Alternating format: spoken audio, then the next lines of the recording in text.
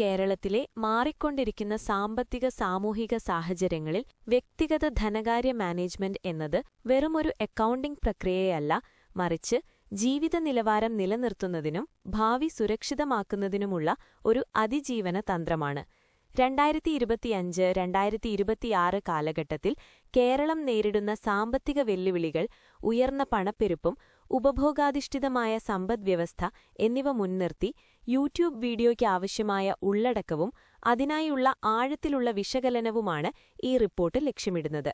കേരളത്തിലെ യുവാക്കൾക്കിടയിൽ വർദ്ധിച്ചുവരുന്ന life style inflation, കടബാധ്യതകൾ, നിക്ഷേപ അറിവില്ലായ്മ എന്നിവ പരിഹരിക്കാൻ ലക്ഷ്യമിട്ടുള്ള ഈ സ്ക്രിപ്റ്റ് രൂപരേഖ ആധുനിക ധനകാര്യ സാക്ഷരതയെ ഒരു മഹാശക്തി അല്ലെങ്കിൽ സൂപ്പർ പവർ ആയി അവതരിപ്പിക്കുന്നു. സംസ്ഥാനം നേരിടുന്ന കടുത്ത സാമ്പത്തിക പ്രതിസന്ധിയും ട്രഷറി നിയന്ത്രണങ്ങളും സർക്കാർ ജീവനക്കാരുടെ ശമ്പളം വൈകുന്ന സാഹചര്യവും ജനങ്ങൾക്കിടയിൽ വലിയ ആശങ്കയുണ്ടാക്കുന്നുണ്ട്.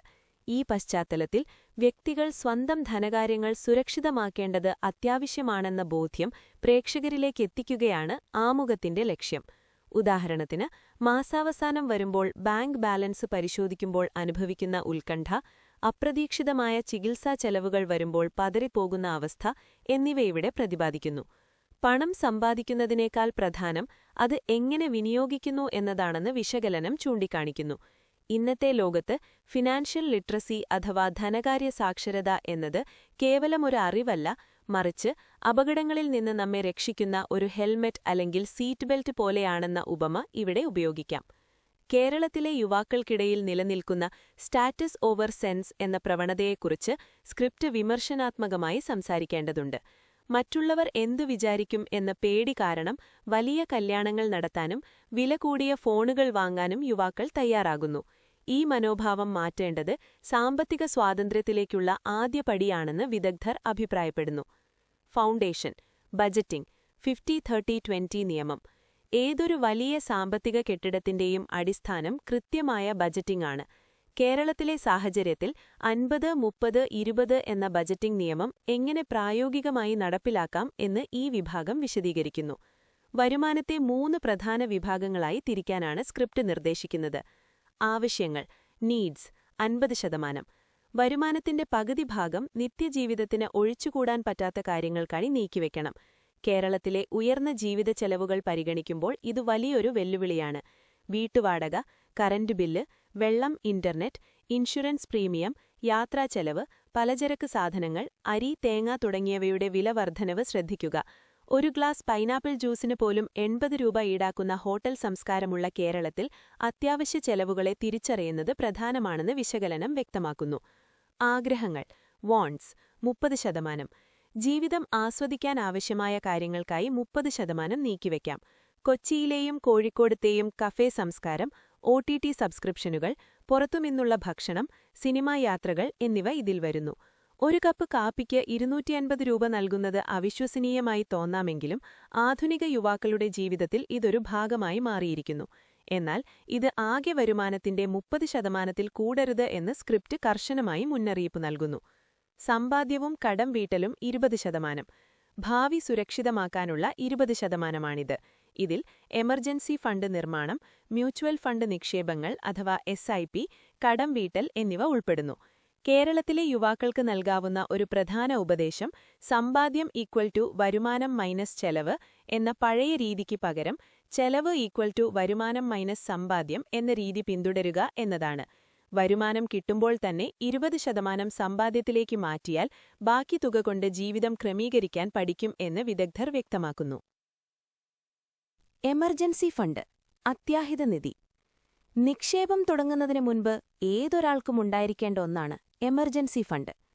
അപ്രതീക്ഷിതമായ ജോലി നഷ്ടം, മെഡിക്കൽ എമർജൻസി അല്ലെങ്കിൽ വീട്ടിലെ അറ്റകുറ്റപ്പണികൾ വരുമ്പോൾ കടം വാങ്ങാതെ മുന്നോട്ടു പോകാൻ ഇത് സഹായിക്കുന്നു. കേരളത്തിലെ യുവാക്കൾ പലപ്പോഴും എമർജൻസി ഫണ്ടിനു പകരം സ്വർണത്തെയാണ് ആശ്രയിക്കുന്നത്. എന്നാൽ സ്വർണം പണമാക്കാൻ പോകുമ്പോൾ ഉണ്ടായേക്കാവുന്ന മൂല്യനഷ്ടവും വൈകാരികമായ വശങ്ങളും കണക്കിലെടുക്കുമ്പോൾ ലിക്വിഡ് പണത്തിന്റെ പ്രാധാന്യം വലുതാണെന്ന് സ്ക്രിപ്റ്റ് വിശദീകരിക്കുന്നു. എത്ര രൂപ മാറ്റിവെക്കണം? 3-6-12 നിയമം. ഒരാളുടെ കുടുംബ സാഹചര്യവും ജോലിയുടെ സ്വഭാവവും അനുസരിച്ചാണ് ഇതിന്റെ തുക നിശ്ചയിക്കേണ്ടത്. അവിവാഹിതർ, സ്ഥിരമായ ജോലി 3 മാസത്തെ ചെലവ്. വിവാഹിതർ, കുട്ടികളുള്ളവർ 6 മാസത്തെ ചെലവ്. ബിസിനസ് അല്ലെങ്കിൽ അസ്ഥിര വരുമാനമുള്ളവർ 9 മുതൽ 12 മാസത്തെ ചെലവ്. എവിടെ നിക്ഷേപിക്കണം? എമർജൻസി ഫണ്ട് എപ്പോഴും പെട്ടെന്നെടുക്കാൻ സാധിക്കുന്ന ഹൈ ലിക്വിഡിറ്റി ഇടങ്ങളിലായിരിക്കണം. സ്മാർട്ട് മിക്സ് സ്ട്രാറ്റജി ഇതിനായി ഉപയോഗിക്കാം. ലിക്വിഡ് ഫണ്ടുകൾ നിക്ഷേപകർക്ക് ഗുണകരമാകുന്നത് അവയ്ക്ക് എക്സിറ്റ് ലോഡ് ഇല്ലാത്തതുകൊണ്ടും നികുതി കാര്യക്ഷമതയുള്ളതുകൊണ്ടുമാണ്. എമർജൻസി ഫണ്ട് ഒരു ഇൻവെസ്റ്റ്മെന്റ് അല്ല, മറിച്ച് ഒരു പ്രൊട്ടക്ഷൻ ആണെന്ന് വിശകലനം ഓർമ്മിപ്പിക്കുന്നു. കടങ്ങളും ബാധ്യതകളും കൈകാര്യം ചെയ്യൽ. കടമെന്നത് ശരിയായ രീതിയിൽ ഉപയോഗിച്ചാൽ വളർച്ചയ്ക്കുള്ള ഇന്ധനവും തെറ്റായ രീതിയിൽ ഉപയോഗിച്ചാൽ വലിയൊരു കെണിയുമാണ്. സ്ക്രിപ്റ്റിൽ നല്ല കടം, ചീത്ത കടം എന്നിവയെക്കുറിച്ച് വിശദമായി സംസാരിക്കുന്നു. നല്ല കടം വേഴ്സസ് ചീത്ത കടം. നമ്മുടെ മൂല്യം വർദ്ധിപ്പിക്കുന്നതോ വരുമാനമുണ്ടാക്കുന്നതോ ആയ ആസ്തികൾ വാങ്ങാനെടുക്കുന്ന കടമാണ് നല്ല കടം. ഉദാഹരണത്തിന്, വീട് വാങ്ങാനുള്ള ലോൺ, റിയൽ എസ്റ്റേറ്റ് വില കൂടാൻ സാധ്യതയുണ്ട്, വിദ്യാഭ്യാസ വായ്പ, ഭാവിയിൽ വരുമാനം വർദ്ധിക്കാൻ സഹായിക്കുന്നു. ബിസിനസ് വായ്പ എന്നിവ നല്ല കടങ്ങളാണ്. വീട് വാങ്ങാനുള്ള ലോണിന് ആദായനികുതി നിയമത്തിലെ സെക്ഷൻ 80C, 24B എന്നിവ പ്രകാരം നികുതി ആനുകൂല്യങ്ങളും ലഭിക്കുന്നു. മൂല്യം കുറയുന്ന സാധനങ്ങൾ വാങ്ങാനെടുക്കുന്ന വായ്പകളാണ് ചീത്തക്കടം. ക്രെഡിറ്റ് കാർഡ് കുടിശ്ശിക, വെക്കേഷന് പോകാനെടുക്കുന്ന പേഴ്സണൽ ലോൺ, ആഡംബര ഫോൺ വാങ്ങാനുള്ള EMI ഇതിൽപ്പെടുന്നു. ക്രെഡിറ്റ് കാർഡ് പലിശ നിരക്ക് വർഷത്തിൽ 18% മുതൽ 48% വരെയാകാം. ഇത് വലിയൊരു സാമ്പത്തിക ബാധ്യതയായി മാറും. കേരളത്തിലെ സ്വർണ്ണ പണയക്കെണികൾ. കേരളത്തിൽ സ്വർണ്ണ പണയം വളരെ സാധാരണമാണ്. സിബിൽ സ്കോർ നോക്കാതെ പണം ലഭിക്കും എന്നതുകൊണ്ട് പലരും ഇതിലേക്ക് ആകൃഷ്ടരാകുന്നു.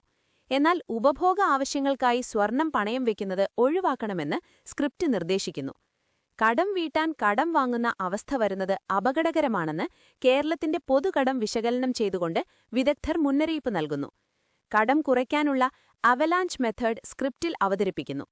ഇതിലൂടെ ഏറ്റവും കൂടുതൽ പലിശയുള്ള കടങ്ങൾ, ഉദാഹരണത്തിന് ക്രെഡിറ്റ് കാർഡ്, ആദ്യം അടച്ചു തീർക്കാൻ നിർദ്ദേശിക്കുന്നു.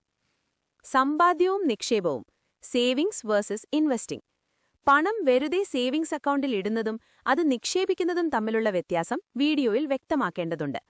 നിക്ഷേപത്തിന്റെ ഏറ്റവും വലിയ ശക്തിയായ പവർ ഓഫ് കോമ്പൗണ്ടിംഗ് വിശദീകരിക്കാൻ തെങ്ങും തൈയും പോലുള്ള കേരളീയമായ ഉപമകൾ ഉപയോഗിക്കാം. ഒരു തെങ്ങ് നടുന്നതുപോലെയാണ് നിക്ഷേപം. ആദ്യം ചെറിയ പരിരക്ഷ നൽകണം. വളർന്നു കഴിഞ്ഞാൽ വർഷങ്ങളോളം അത് ഫലം നൽകും. സാമ്പത്തിക ലക്ഷ്യങ്ങൾ നിശ്ചയിക്കൽ, ഗോൾ സെറ്റിംഗ്. ലക്ഷ്യമില്ലാത്ത നിക്ഷേപം വഴിയില്ലാത്ത യാത്ര പോലെയാണ്. വീഡിയോയിൽ ലക്ഷ്യങ്ങളെ 3 തിരിക്കാൻ സ്ക്രിപ്റ്റ് നിർദ്ദേശിക്കുന്നു.